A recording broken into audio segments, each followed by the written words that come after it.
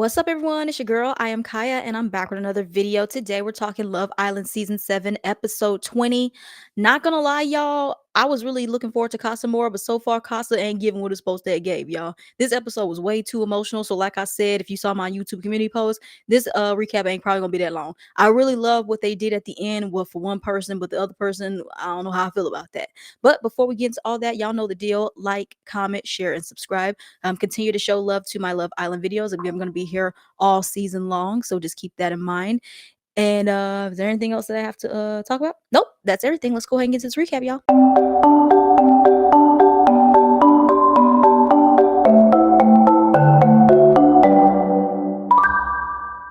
All right, y'all. So let's go ahead and get into this episode. Again, majority of this episode was like a lot of sitting and talking. So to be honest with y'all, I'm gonna like I said, it's gonna be a little short. I'm gonna breeze past a lot of these. So I'm only gonna talk about like any big moments that's happened in these conversations. What I did notice, if anybody else noticed, you know how they ended last episode with Nick and Jaden, I think that was her name, talking, and they was trying to allude that they was gonna probably kiss, and then they didn't pick back up there. I thought that's why they left that little cliffhanger there. I was kind of upset. I was like, is Nick about to kiss her and they about to make Sierra look like a fool? But apparently they didn't do that. So we start the episode off and we're in Casa More.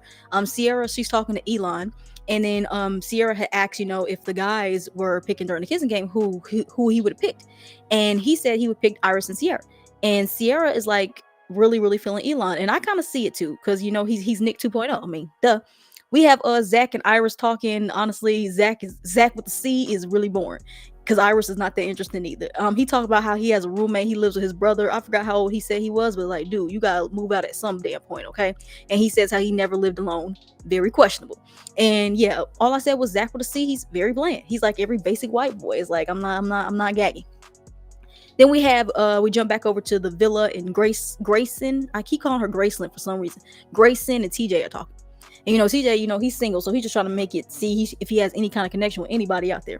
And only thing I call for that conversation is that she gave him so much attitude. She says, I went first and you rated me so low. Like, she gave him so much attitude. Like, goddamn, TJ, this is where you fucked up. Like, you were really harsh with that kissing contest. I don't know what the fuck was wrong with you, but yeah, I wasn't feeling you. You gave me the ick. Then we jump over back to Casa Mora. We have Huda and JD are talking. She said, I'm a mom. Well, of course he does, because he's been watching this up. So yeah, she says she's a mom. And she says, which I clocked this early on, and I knew it was gonna come back to fruition. She says whoever she is with is gonna be the father of her child and their future kids. I said this during the week 1 when she was like doing all that shit with Jeremiah. I said Huda came on Love Island to find her a stepdaddy for her kids. That's why she came on here. She's trying to find a stepdaddy. She's been single for 4 years and she's ready to settle back down, and she wants to have a stepdaddy so they can take care of her and her children. I already knew that. But I don't think coming on Love Island was the show for you to be finding a stepdaddy for your children, honey. Go on Love is Blind, because you have more older people that are ready to settle down. You're not going to do that on Love Island, because nobody really is going to come on here. Well, it's very rare, but a majority of people that come on Love Island is not ready to settle down and have children. They're trying to be a whore and everything like that. And yeah, I just don't. Maybe she'll find it in here. I don't know if she'll find it with JD, maybe, but I just don't see her finding it with anybody here on Love Island, because Jeremiah for sure was not ready to be no stepdaddy. So then he also says this, JD and Huda still talking. He doesn't mind her having a child, and he says that being a parent shouldn't be an issue when it comes to dating. And then she says that she's having fun. She's having fun being able to explore. And I will say this, I haven't really gave Huda any crap, even though she does little annoying things that's like this me shit. But I like that she is exploring, and like we're seeing this different side of her. Still, I'm not falling for it just yet. We got to see what happens when she really, really gets into a couple, and we got to see how she acts. So that's why I'm still holding off. But as of right now, I am liking that, she's not giving us what she gave us on week 1 and like week 2. So then JD says that that she is very calm, because that's how we just know that they're watching. So that's why I was surprised that he picked her, knowing after what he just watched, her crashing out and her being clingy, that he even picked her. But he said he likes that she's very calm, and it very surprised him. I was like, calm, okay. We get to the next bedtime scene. I didn't write nothing down. All I just said was in Casa, nobody was cuddling each other. The only people that was cuddling was Andrina and Brian. And Andrina's single. She's not connected. Nobody back in the villa. So go ahead, do your thing, girl. So we got the next morning. The guys are doing what they do, making breakfast for the girls. And then we have Sierra, Shelly, and Alandra talking. They basically they missed the Three Stooges. They missed They're corny ass men back in the villa. Ace, Menace, Freak Nick, and Old Town Road Taylor. They missed the Three Stooges. That's all I got from that situation. Then we have Amaya. She pulls JD again. Amaya is single and vulnerable, so she has to like make a connection. So I'm not mad at Amaya for doing this. Going around making connections. Like it'd be weird if she was just sitting around not doing nothing. And then she says something that I really found so amazing. She says that she needs someone to find her to love her just for her. And she said how she's not changing, which I love that she says that because a lot of women feel like they need to change to be with a man, and you don't need to do that. And then she says that her love language is physical touch, and she just needs somebody to understand that for her. And JD says how he can tell that she's a very genuine person. And then this is when she starts getting emotional. And this part, I was like, Amaya is definitely, you can't tell me otherwise. Amaya is definitely here to find love. Like it's blatantly obvious she's here to find love, and I really hope she do find it. I don't know if she gonna find it with Zach with a K, but I feel like she can find it with somebody if they later on bring some bombshells, which I know they are. So then we have back at the villa, we have TJ and Vanna talking, and all I could say was when they showed her talking to him and her side profile, I'm like, ooh, girl. I just kept thinking, even if my name was Natalie Nunn, but you still couldn't chin check me. And girl, you 21 years old, like, and someone found her TikTok, found that she got work done when she was like a junior or a senior in high school. Like, who were your parents that was letting you get plastic surgery at that age? Like, I'll be damned. Unless like something happened to you where you had to get surgery, but honey, that seemed like this wasn't a choice. Like you willingly did that. And whoever your parents is, let me find them so I can slap the shit out of them. Because girl, that was terrible. And she said she's feeling TJ, which I'm shocking because in my last recap, I said when she was talking to him, it seemed like she was literally uninterested because she was so focused on Ace. But I feel like she can kind of feel that Ace is really not feeling her like that. So she's like, look, I gotta do something. So I don't know if she's doing it strategically or she really does like TJ. They could be perfect for each other. I don't know. So then we have jump over to Ace and Coco talking. The first thing I wrote is Coco is so beautiful. She is so gorgeous. I don't know who she's gonna end up with. I don't want her with Ace, but I need her to be with somebody. So I need her to stay in this villa because she is beautiful. Beautiful. And she had said something really funny. She said how she can show him around LA. He said, you gonna show me around my city? She's like, well, I don't know if you're really from there. I really like Coco. You can tell she really will keep a conversation going. And another thing I noticed, which she talked about with Taylor in later conversation, Coco is ready to settle down. She gives me she's ready to settle down and find a husband and have children. And do your thing, Coco. Again, I don't know necessarily if you're gonna find that on Love Island, but honey, it's somebody out there, and I really hope that because Coco gives me she'll be an amazing mama.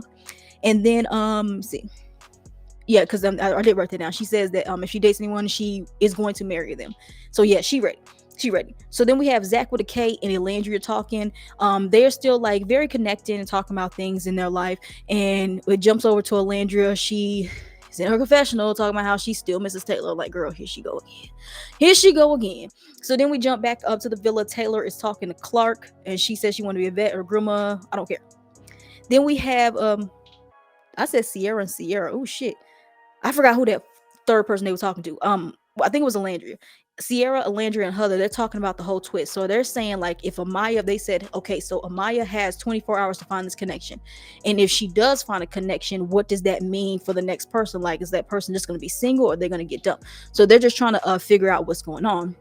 Then Sierra has talked about how she likes Elin when she said, but she I think I said his name right, Elin or Aylin or something like that. And she says, but when she talks to him, she in the back of her mind is thinking about Nick, and she's really not trying to do that.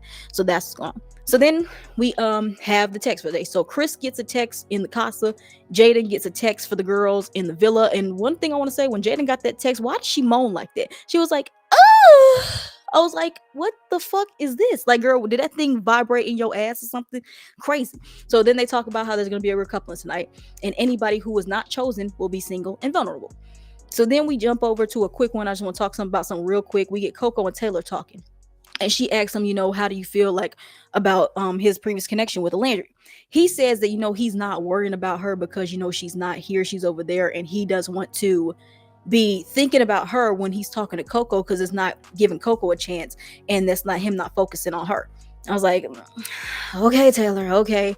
And then another thing before the recoupling, we got Sierra over at Casa. She's crying. She misses Nick, y'all. She misses Nick, and she misses that him and his cold sores.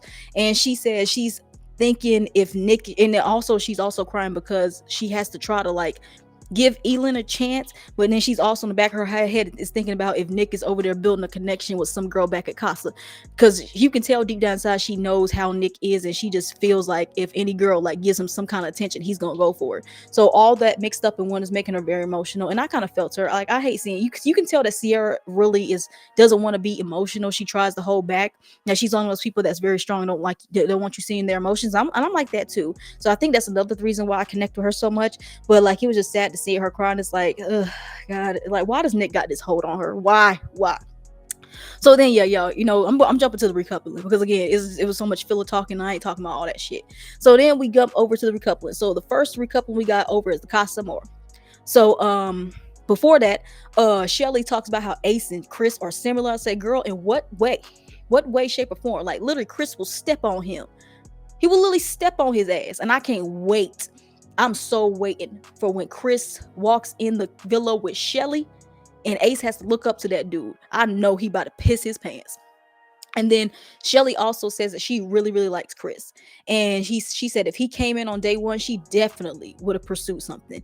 Shelly, I hope I want you to. I don't want you with Ace. I don't want you with that little man. I don't want you with. Pursue Chris. Pursue him. Then they're talking with some of the guys are talking with Zach with a K. He says he's conflicted on who he's gonna pick, either Alandria or Amaya. And then we see Amaya pull Alandria to the side and tells her that, she kissed Zach and she just wanted to tell her. And Alandria does appreciate that she did tell her, even though she didn't have to, because she really honestly didn't have to, because Alandria ain't thinking about that man. Alandria wants to be with Taylor. So I don't think Alandria cared in the slightest that Amaya kissed Zach. But she did appreciate that Amaya came up to her. Hutter, take notes. Take notes. And then we jump over to the villa and the Three Stooges. They're just talking about the recoupling. I don't care. So then Shelly gets a text in Costa and Austin gets a text in the villa, and they have to gather around the fire pit for the recoupling. So they're gonna go. So they start off with the people who are single and vulnerable. And so if the person who's single and vulnerable, if they have someone build a connection with them, they're going to stand up, like how they do almost every coupling. So we start off with the Casa recoupling. This was the most emotional shit I've ever seen in my life, y'all. So Amaya is, because she's single and vulnerable, she has to stand by the fire pit. And then they also get a text. They said any of the guys that has a connection with Amaya, please stand up. So then we're looking around. I'm looking around like, oh my God, don't tell me Amaya's about to go home. And then Zach stands up. Zach with a K stands up. And immediately Shelly starts crying. The waterworks start to come in. It starts to come in. So then they realize that, that means Alandria is single. And I don't know if they asked this because they did it over there at the villa. I don't know if they asked if any guy had a they probably did, and I just probably skipped over it. So I'm assuming if any guy has a strong connection with Alandria, please stand up. And of course, none of the guys stood up. They stood by their people. And yeah, that was that. And when I tell you, every girl in there started crying, even Andrina, which surprised me because Andrina hadn't even been there for that long. She's been there for 2-3 days. Like, girl, how you get this close to her this fast? Like, come on now. This was just a big ass crying session. And listen, guys, I don't want to be cold hearted. When I'm watching reality TV like this, I don't like watching it and then start seeing all these tears. Like, I can't stand it. If I want to do that, I'll watch Grey's Anatomy. I don't want to watch a show and seeing all these tears, and that's why this whole thing with Casa Amor, they really fucked it up by this is the second day of Casa Amor and you already are trying to send somebody home. What was the point? So then, so Alandria is she has to stand there and take in. What I say about Alandria, she is so beautiful and she's such a strong woman. She took it as a G. Everybody sitting there crying, she just there with a straight face. I have so much respect for her. I love her. I don't want her with Taylor. And speaking of her, Taylor, she comes and says, it's okay. Me and Taylor will find our way back to each other. I said, oh my God, here she go again. Alandria, Taylor don't want you. I wish I can get a note over this somehow. Honey, please explore, because honest and truthfully, and then I know a lot of people were mad at Zach with a K, but it's y'all gotta listen. This is what y'all gotta understand. Let me break it down for y'all. I feel like Zach with a K knows, they've watched the show and they've seen these people in their previous connections. Well, the connections they had before coming in the costume. Zach, I feel like, I don't know if he actually is doing it strategically or he actually is really trying to find someone and he did connect with Amaya. That's what I kind of get as well. Zach is thinking Alandria, he knows, he can just tell Alandria is not feeling him that way. She's not feeling him. And if they have to go back to, when they go back to the villa, she's going to go straight back to Taylor. There's no ifs, ands, or buts about it. She's going to go back to Taylor.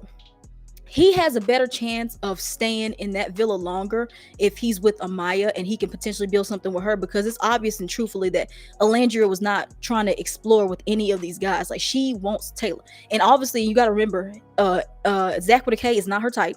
He's not black. He's not a countryman. He's not none of that. He's from the UK.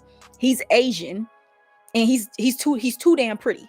And she don't want no guy like that. She wants her a southern black man, and Taylor fits that criteria for her. So honest and truthfully, even if Zach had stayed with Alandria and they went back to the villa, Alandria was not going to stay with Zach, and Zach was going to be going home. So I know people like trying to spew hate and like trying to get mad at Zach for what he did. It's like, I don't, even though like I didn't like it because I didn't want either Alandria or Amaya going home, you guys can't blame him. It's like he has a better chance of building something, because Amaya basically is single. I don't count that shit with her and Austin, because Austin don't want to be with her anyways. So he has a better chance of building something with Amaya and staying in that villa longer than he would with Alandria. And that's just that on that. But then, yeah, all the girls is crying. All the girls are crying. And they say, Alandria, you have 30 minutes to pack your bags. And then Shelly literally ran up to her. When I tell you, Shelly's face was wet as all hell. I was like, Shelly, oh my God, all her damn Maybelline came off. All of it. Huda is crying so hysterically. She's like, I came here with you. It's like, I just could not stop. And they went upstairs to help her pack. Huda literally fell on the ground crying. Like, they were crying and screaming so loud the guys heard them downstairs. It was like, it's not like, I understand y'all like Alandra. I love Alandra too, but it does not cause for all of this. Maybe because I'm not in there, but I don't give a fuck. I'm saying, for outside looking in, I'm not crying this hard because y'all act like this shit is Squid Games, and she just got unalived. This is not Squid Games. Like, y'all literally, when she leaves the show, y'all follow her on IG, link up with her, then do that. Like, it's not that serious for y'all to be hysterically crying like this. It's not. So then we see Alandra. She does her goodbye. She finally like breaks down, but I don't think she wanted the girls to see her break down. But she did when she did her little walkout. She looked amazing. And Alandra leaves, and I was so fucking upset. But it was gonna be hard for me either way, because I didn't want either Amaya or Alandria to leave. That's why I was like, I wish JD kind of would have went with Amaya so Huda could leave. Yeah. So then we go over to the villa and they're recoupling. So then, because TJ is single and vulnerable, he has to stand at the fire pit first. Now, this is where we actually saw it fluctuate, because it didn't happen over at Casa. So TJ stands up. They said, any girl that has a connection with TJ, stand up. Vanna, to my surprise, she stood up, and she stood up all happy and smiling, and Ace was happy too, because Ace didn't want that girl, because Ace literally looked at that girl and said, yikes. And I think Vanna was Ace's karma, because Ace had to sleep next to her and wake up to her in the morning. Vanna was Ace's karma, and I was so glad. That's why I wanted her to stay with Ace, just to torture him even longer. I was like, God damn it. So Vanna stand up. So now TJ and Vanna are a couple. So now Ace doesn't have somebody, he has to stand up. So Ace is now single. And they ask, any girl who has a better connection with Ace, stand up.